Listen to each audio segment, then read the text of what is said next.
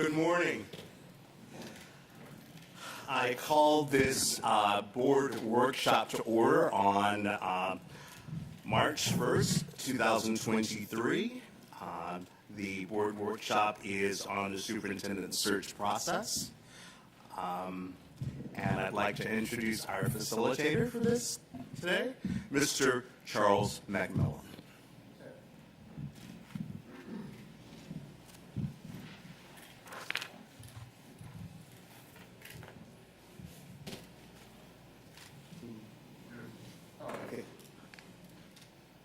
Good morning. Good morning.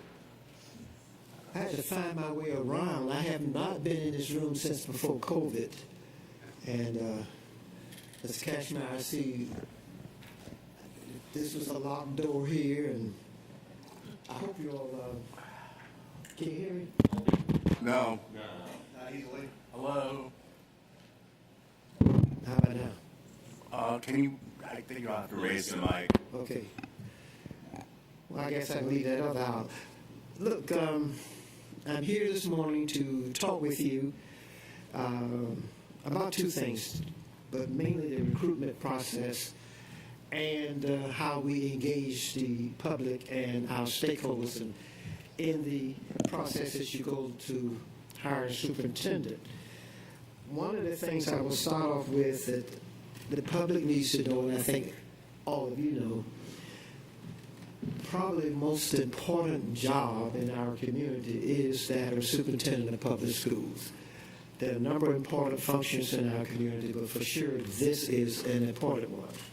So it's a big task on your part as you get started.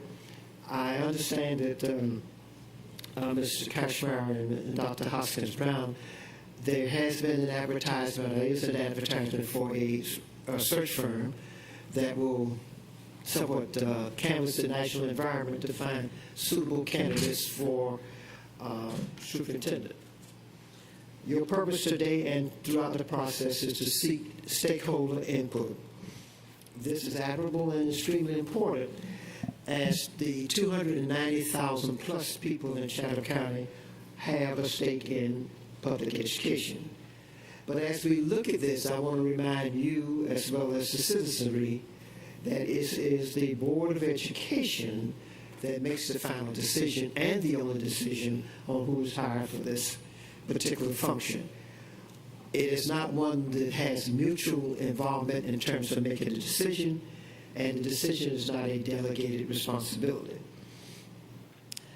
For some of you, this may not be the first time, but Mr. Johnson, in talking to him today, I was under the assumption that majority of the board had gone through this process. And he gave me the mathematical figure of 905, 509, whatever. 5 of you have not gone through the process. And for those of you who've gone through the process before, times have changed. A lot has happened in the environment. Am I right on the count? Okay. But whatever the count is, we will make it work, and you will get as much, we'll try to get as much as citizens and stakeholder participation as possible. And as we talk about stakeholders, I guess the main stakeholder would be parents and children of the system. Now I'm going to go through, a lot of this is for public consumption, but also for those who may have been new to the process. This is some of the responsibilities of the board. Develop and approve a strategic profile. I think part of the profile has been done that speaks to the position, speaks to the organizational climate and the community. I have more to say on that a little bit later. Establish appropriate outreach and communication with stakeholders. Actively participate in all aspects of the interview and selection process. Maintain appropriate engagement with the media. You all know the rules and how the law is stated that when we're supposed to make known finalists. And last but not least, make the final decision on the selection. These are some strategic questions to support the board's role that I bring to you. Who are we as a system? This is something you all collectively need to know. Who are we as a system? I guarantee you, candidates who are interested in this position are watching us at this moment. We didn't know who we are and how we articulate that. What are we looking for in the position? Where are we headed as a system, and how do we plan to get there? I will make an assumption, Dr. Levitt, I will ask you, we do have a strategic plan, and so that strategic plan maybe needs some tweaking, but that will be the main document that the public will see, the candidates will see, of where you're going, but particularly the map for how you want to get there. What are our challenges?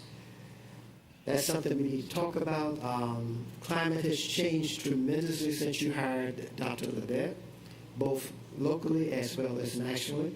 So some of that impacts your system, which now becomes one of the challenges.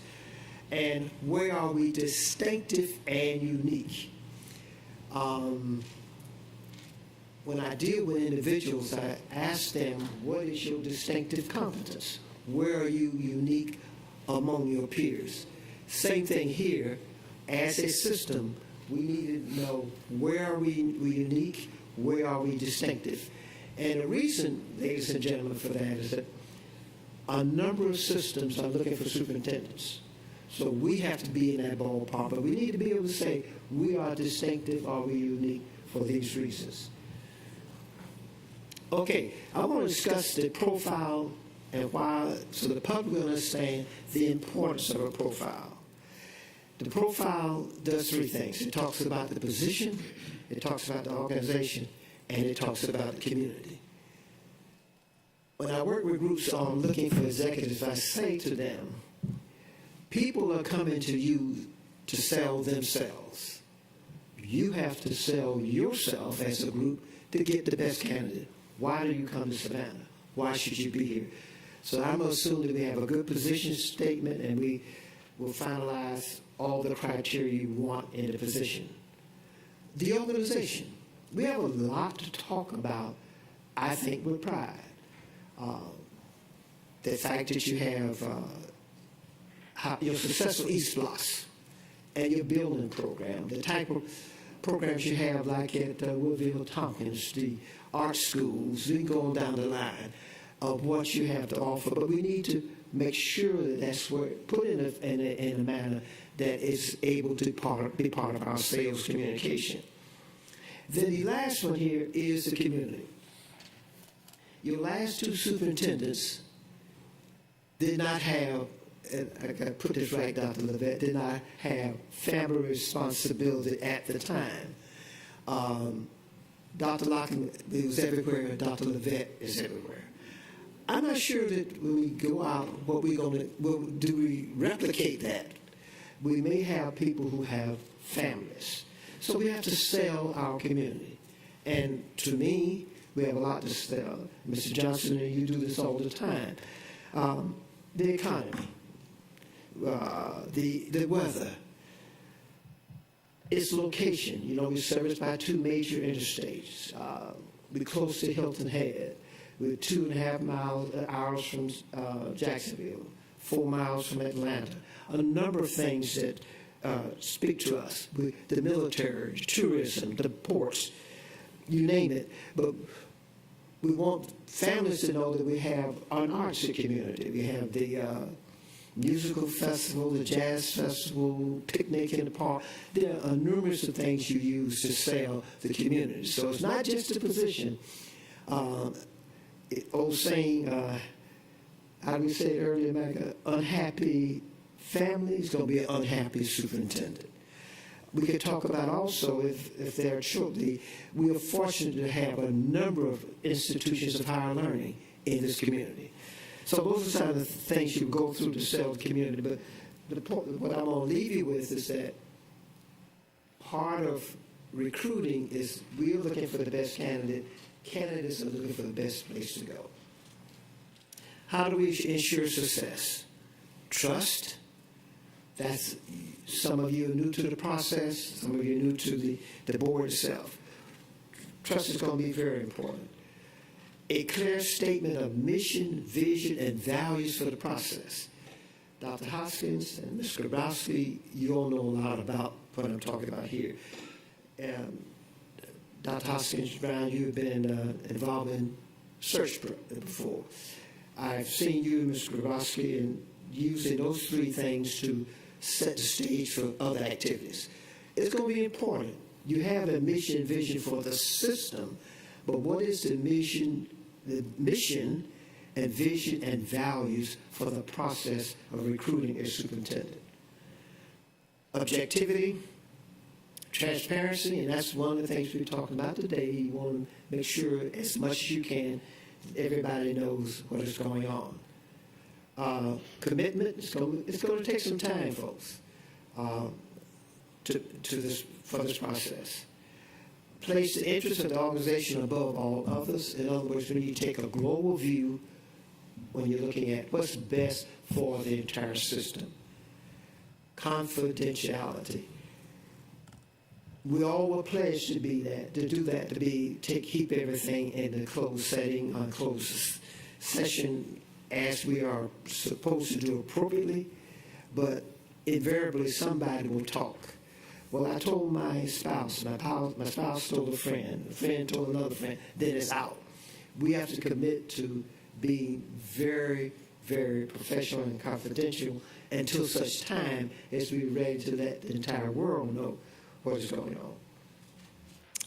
Okay, now to begin our discussion, I have some questions I raised here, and to kind of whet your appetite for discussion about involving stakeholders. So I'll start with the first one, and we just talk a little bit about it. What is your expectation as you engage the community and the stakeholders in the process?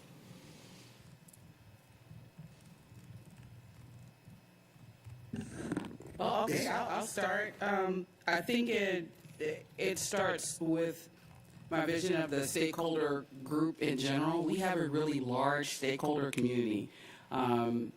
And we recognize that in our accountability system and our strategic plan. When we start doing our strategic planning, we recognize, okay, we have the citizenry, we have the families that are here, we have the military base, we have the universities that are here, we have our commerce community. There's a broad community of stakeholders who all have a vested interest in what we do. And so I think that in the same way that we try to make sure that we maintain relationships with all of those stakeholder groups over the course of the year and over a period of years, those are the same groups that are going to want to hear what our values are in terms of hearing from this as we make this election. So, I'd like to really hear a lot from the parents, and I'd like to hear a lot from our high schoolers. So often, people come in under the guise of, I'm a taxpayer, and that's true, we're all taxpayers. But parents and the actual students have a really vested interest in what's happening. So I'd like us to make an extra effort to try to get as many parents. I'm very worried that we'll get organizations, loud, voices, and not get to hear some of the smaller voices, but that may be more impacted by this than others. So I want us to get as many different facets of the community involved as we can. and that is important. Like when I said, the 290,000 plus people, and I would think that the most important of the group are those people who are the parents and students of the system. One of the things I would caution you on as we seek to get input is be careful not to give the impression that we are asking for your opinion on who to hire. And I know that's not what you're saying, but I know of a couple of groups that have gone to get public input, and people left there with the impression, or they came back, they didn't hire who I wanted. Well, if you got 290,000 people with different opinions of what you want, we'd be here forever trying to make that decision.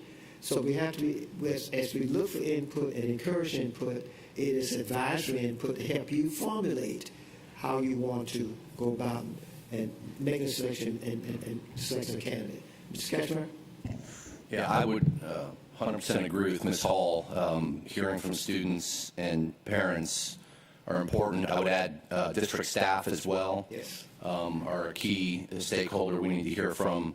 I know there's been some preliminary work. I'm putting together a timeline and some suggested activities, and I think we're going to consider doing an online survey and doing some in-person meetings as well.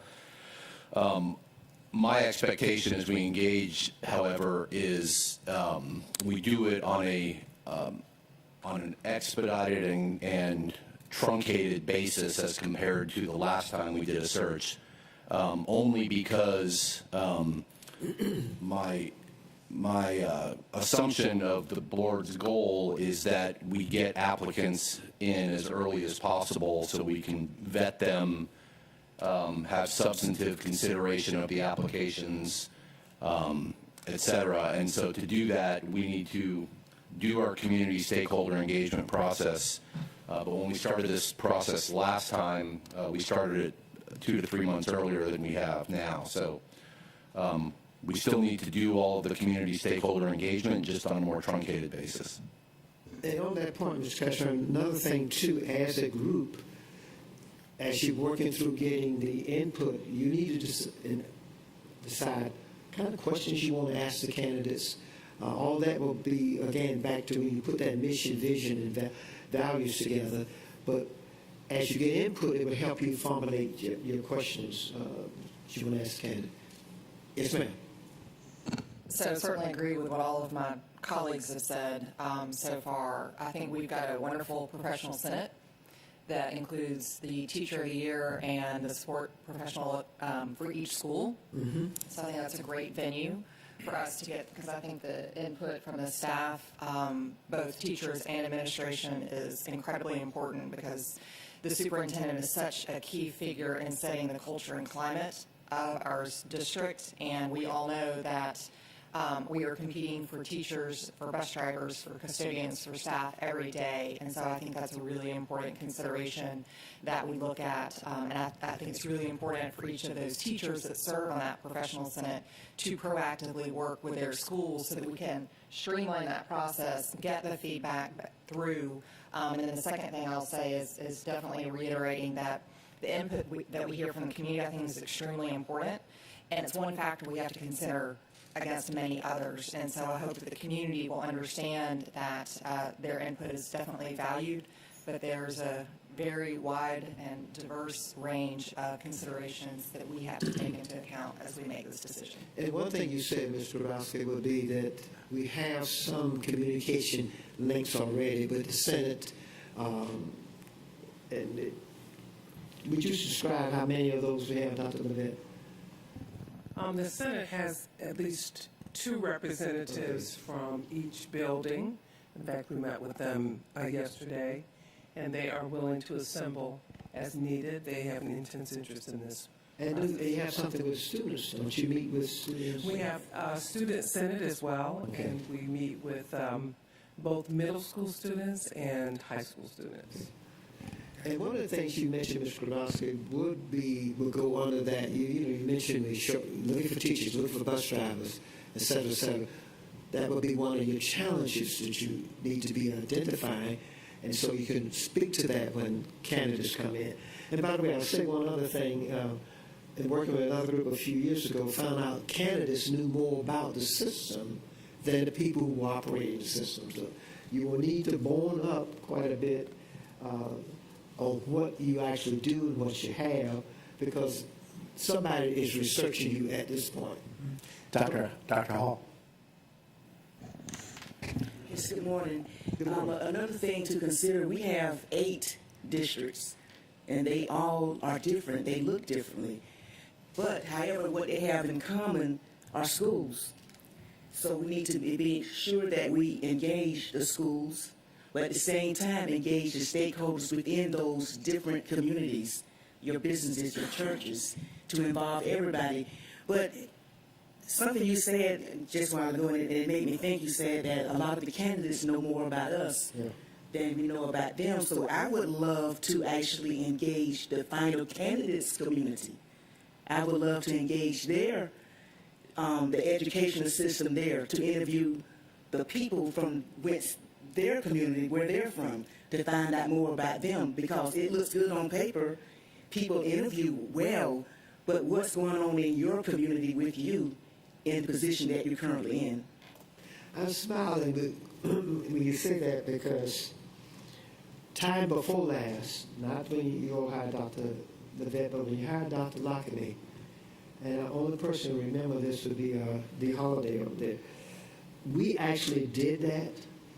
When we got to the 3 finalists, and I will say this to you, the search firms will do a job, but you have to take it further to protect your interests.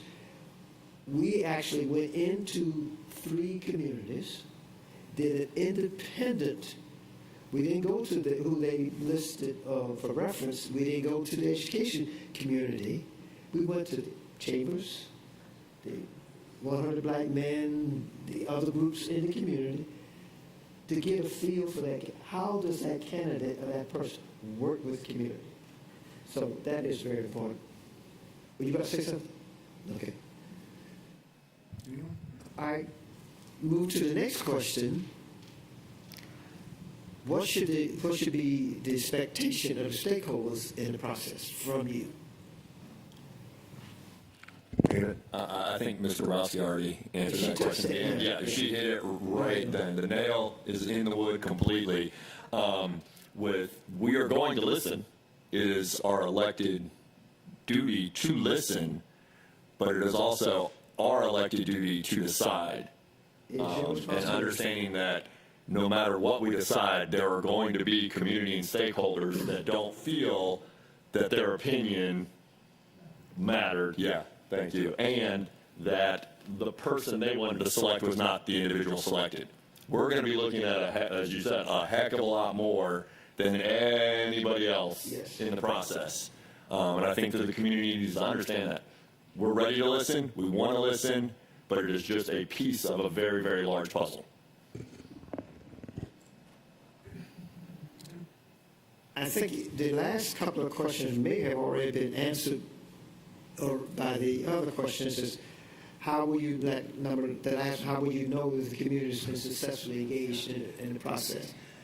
And I think that is done by casting the net to get as much input. Again, with the caveat that the final decision has to be made here. Mr. President, you about to say something?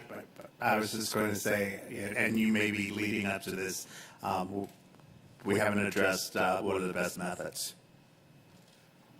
There are a number of methods. I think the group that's been Ms. Cashmere and Dr. Hoskins Brown were looking at. With technology, we can do a number of things. I think you have to look at some in-person surveys, maybe a virtual situation where people can participate in some type of discussion. I think that technology people know how to do that, and I think y'all have done some of that in the past. I remember when a couple of years ago, maybe a little longer than that, when we were dealing with help me remember that firm. During the really engagement of parents around New Hampstead, we had a combination of efforts. And also, during the period of the pandemic, we used a number of methods to connect. One of the things about using the technology is that people are pretty comfortable with using technology. Some, not so much, but most people are using technology. So giving people an opportunity to respond to online surveys, but also to be a part of a virtual meeting is also very helpful. And then giving those who need an opportunity to come to an in-person session, then having that opportunity as well. So what we want to do is engage a large number of people. Ms. Hall? Ms. Hall. Excuse me. Well, I forgot my. Okay. Okay. Oscar's Brown. Thank you. I want to go back to something that Mr. Cashmore said about the approach, expediting the approach, and I want to make sure that folks don't misunderstand that because it's part of a best method. And folks may feel like, okay, you want my feedback, but you're moving me too fast to get my feedback, and I want to explain kind of what our understanding around this role of activating a search entails. When you put out something like the opening for a superintendent, you have a dynamic that is very similar to like early decision in colleges. Everybody wants the best kids coming to their colleges, and everybody wants the best scholarships. So everybody knows right now that there's an opportunity available in Savannah Chatham. So in order to make sure that our community has access to the absolute best candidates that are looking to make a move this spring, we need to move forward quickly so that they know that we will receive their information, that we will bring them into the process, and we will make a decision earlier rather than later. If we were to have a whole month committed to community meetings and another month for surveying, okay, well, that would make everybody feel really engaged in an immersive way, and the top candidates will have already signed contracts. Right. And so that's an important part of the best method, that it's not about hastening or silencing any voices. It's about being a really good steward of the process and giving the community the best possible access to the top candidates that in the country. And there's so many things you can, in that process, do simultaneously. You can do public meetings, virtual meetings, survey, all those things can be done simultaneously. Ms. Hall? I'm sorry, Dr. This is for Dr. Levette. Who is going to compile all this information? See, we're throwing all this stuff out, and we're not going to have to do a bit of that work. So who on staff will actually do the compiling? Mr. Feliciano and his. One of the things that I'm very proud of is the fact that we have updated our technology and our methods, and they will have the opportunity to use Qualtrics, which is a certainly well-validated system to reach out to our 25,000 plus families. There are also, we are able to use Bright Arrow to notify our families of the service being made available to them. I think one of the challenges of the pandemic was reaching out to families, but through our use of Qualtrics and Bright Arrow, on our surveys about returning to school, we had some of the highest returns using that method. So they will receive that method, that information. It'll be anonymous, of course, but it will also allow you to get a really good sense of how people are feeling regarding this search. Thank you. The other So I do have a couple of questions. That is wonderful for reaching out to our parents, and which is really the ultimate. The question is, how are we reaching out to the general public? Because they are taxpayers. So that one thing I would suggest some focus groups with different groups of stakeholders, making sure that we are inclusive, because we have, as Dr. Hall said, we have 8 different districts with a myriad of people. So, but the question is, how are we reaching out to to the 290,000 as well? So. And I think the focus group one way, and that's one way of, I did not touch on it, but as we get community and families and students, we also need to have the business community aware, because a certain part of selling this, it will be, in fact, our business community. So focus groups will be one way. Dr. Levette, I was trying to think of going back a few years, so we had I can't never remember the firm's name. Cognia. Yeah, we did a lot of pulling groups together over a short period of time to get input. Sure. That may be another route. If you would address Focus that. groups are not new to us. In fact, dating back to Dr. Lockamy, he had a number of community engagement groups on various topics. We've done the same kind of focus groups for transportation when we were looking at the hub system. We not only went out to the districts, but we also had community engagement groups. So focus groups aren't new to us. They are generally, they involve cross-section of people from all across the county. So elected officials as well as organizations and regular citizens as well. So that would not be something that would be new to us, and that would also require facilitation and identification of those who would be involved. Okay. Michael Johnson. Another way I think we can get out into the community is also through town halls. I'm doing one later this month, as we saw in our packets. So that's a good direct way to be able to talk with the community, get their feedback, whether it's something on the agenda or just talking to people before and after the meetings. Mr. Johnson, when is your town hall? It is March 30th at Poole Elementary at 6 p.m. Maybe at that time it would be an opportunity to just get not to interfere with all your plans, but to get some feedback in an organized way. Dr. Howard Hall, back to your point, if we're looking for feedback in District 1, we want to look for the same type of feedback in District 3. So we're asking some of the same questions so we can get a formulated route. Ms. Hall and then Dr. Hall. Okay, I want us to go back to remember our high schoolers. How are we going to best get their input?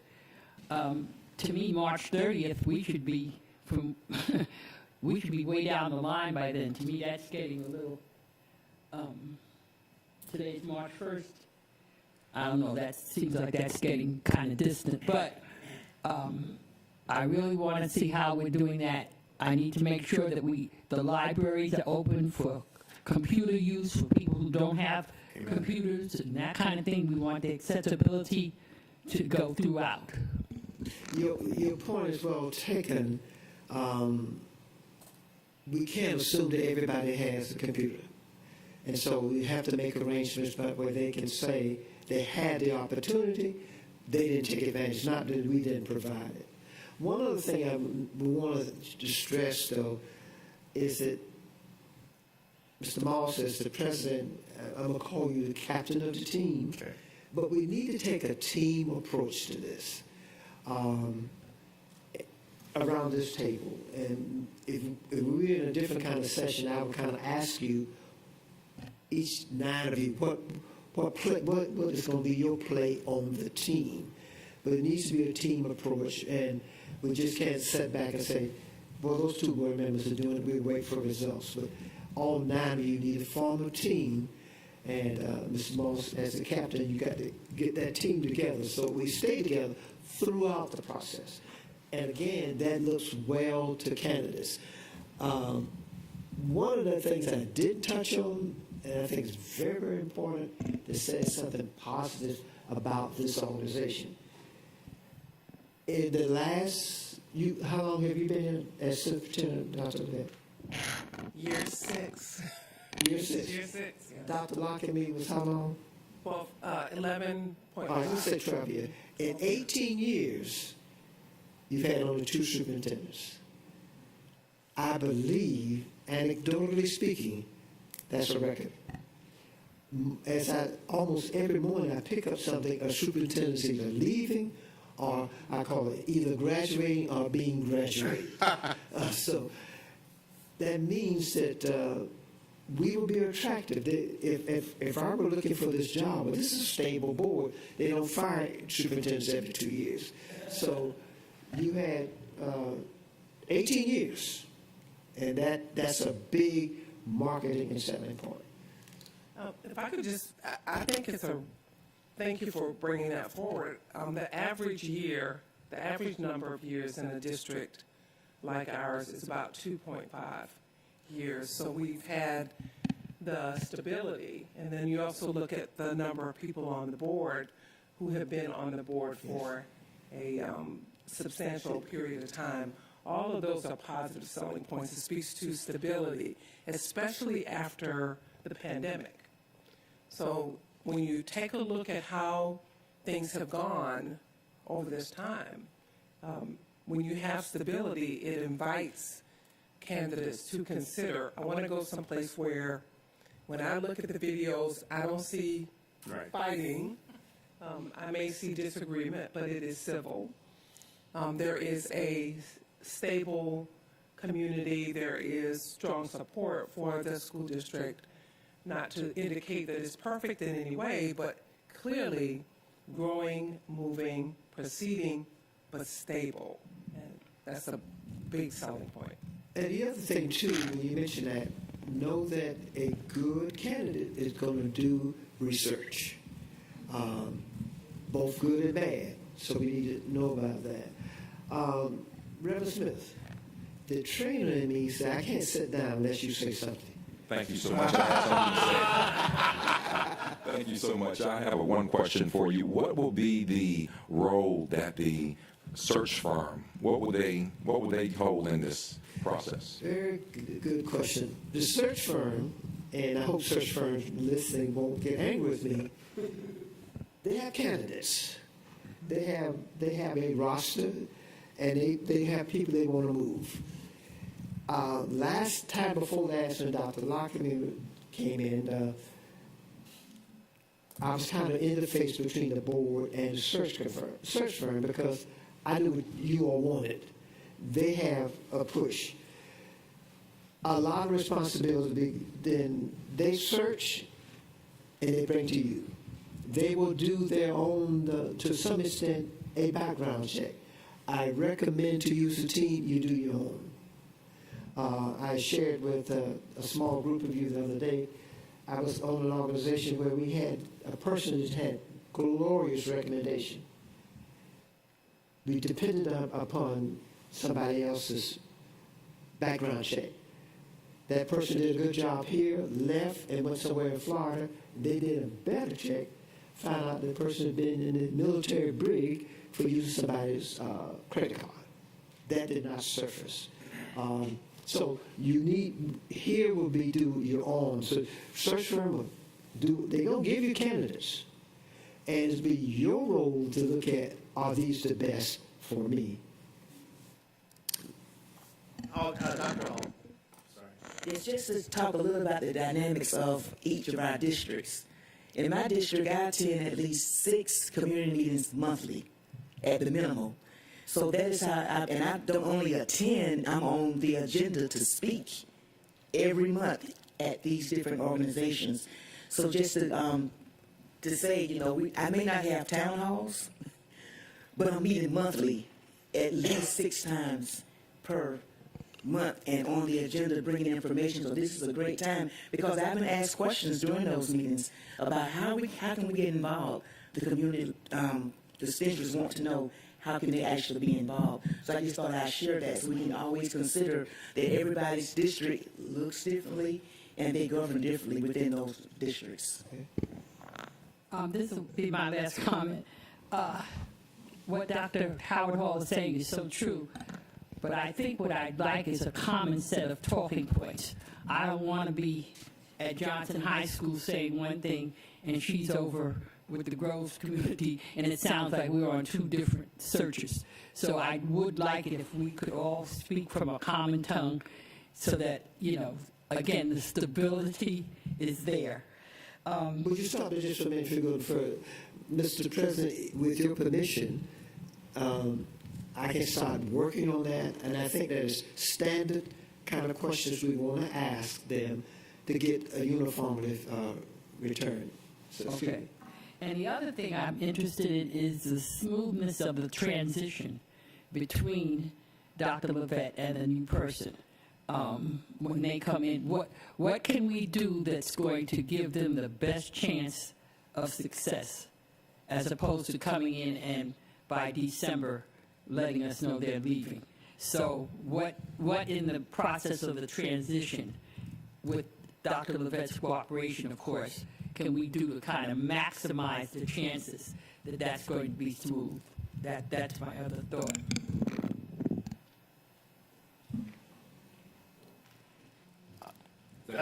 Yes.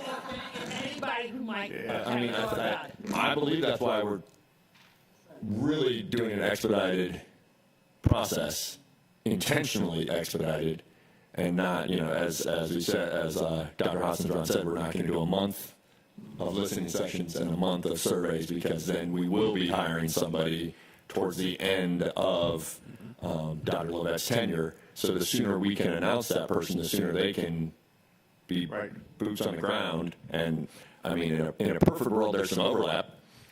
And in a perfect world, even if that overlap is small, I'm sure we can send some nice emails to Dr. Levette and ask for that for there to be an ushering into Savannah, especially with the national search, knowing that we will most likely get somebody that probably doesn't have an intimate knowledge of Savannah, as some of our past superintendents have had, and understanding that running the school district is one thing, being the superintendent in Savannah, Chatham County is another, and those are two transitions that I believe all of our community and stakeholders need to understand that they can be a part of that process going well for that individual.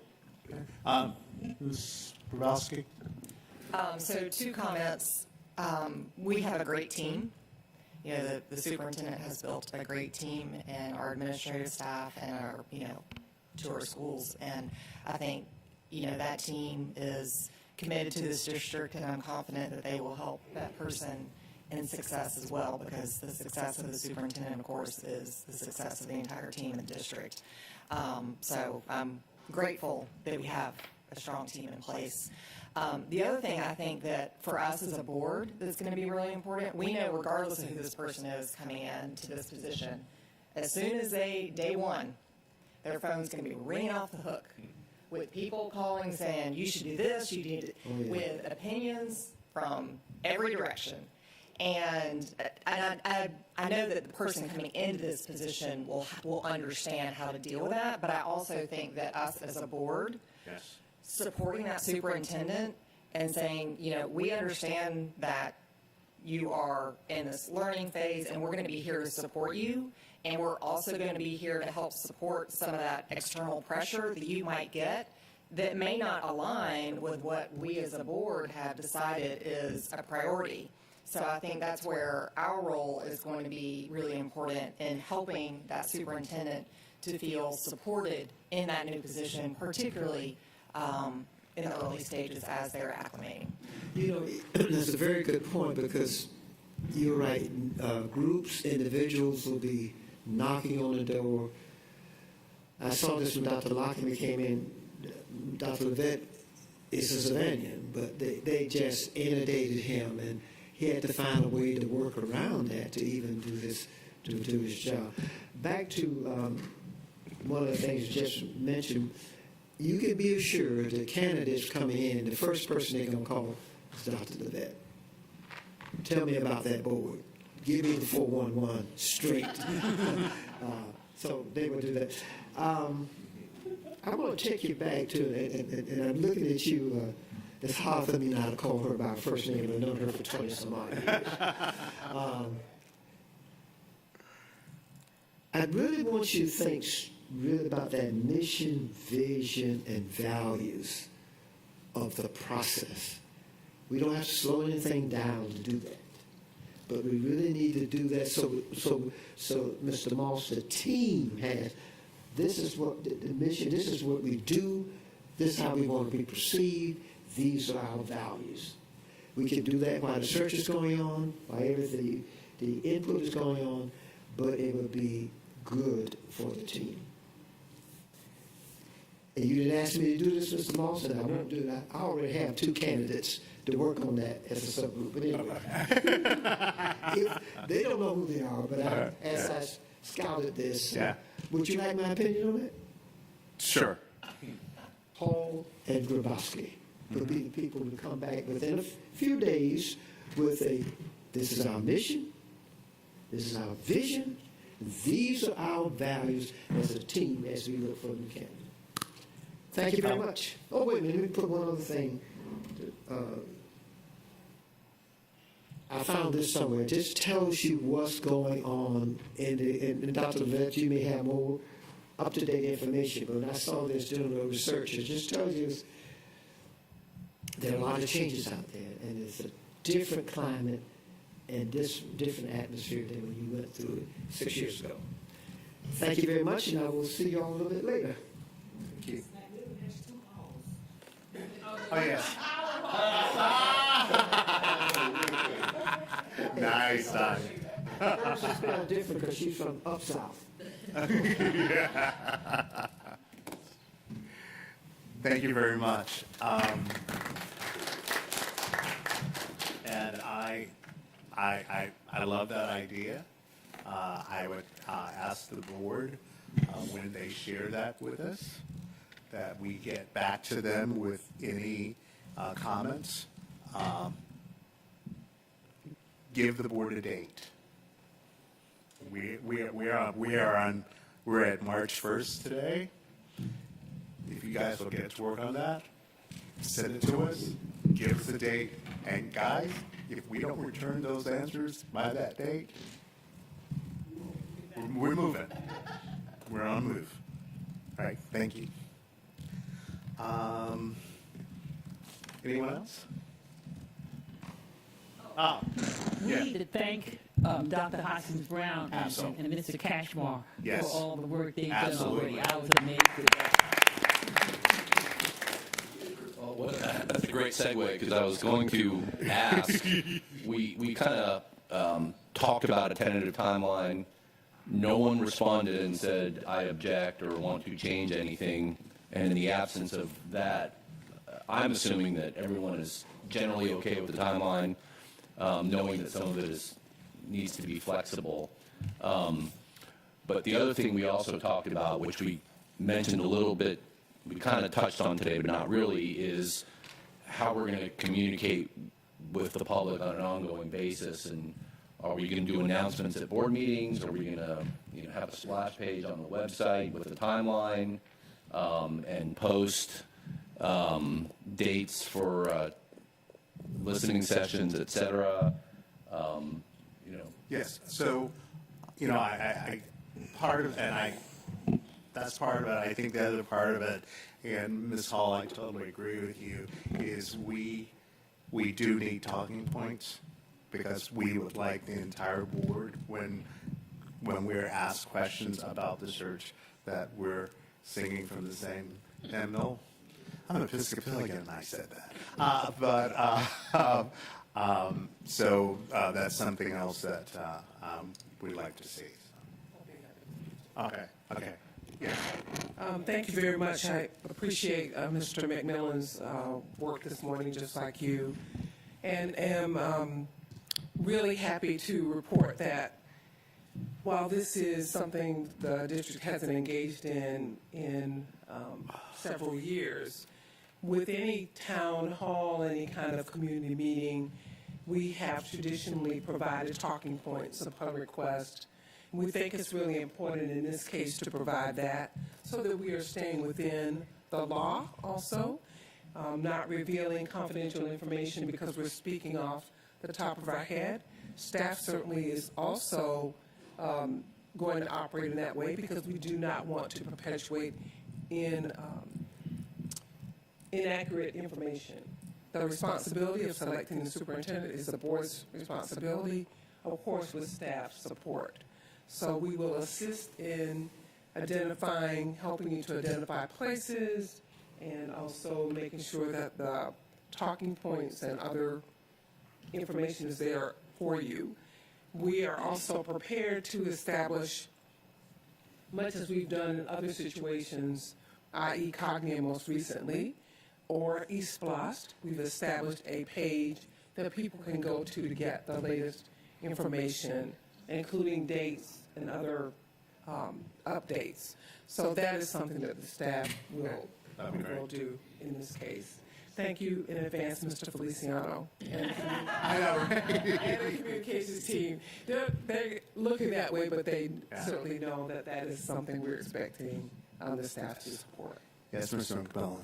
Mr. President, let me say one other thing too, is when she was mentioning the trying to get it standardized. It is important, once you start interviewing candidates, that you come up with a set of agreed upon questions. So Reverend Smith is out there asking about weather, and Ms. Hall is asking about sunshine. We know what we want to get from each one of the candidates. The 9 of you have the same questions.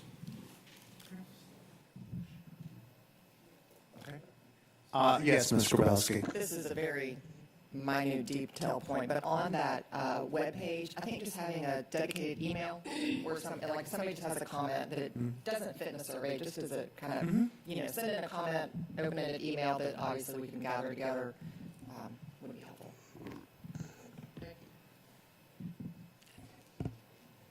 Anyone else? Okay. All right. Yes. Working with personnel, so we would be working privately as opposed to public forums, So, I would think. so part of this we'll be dealing with in executive session this afternoon.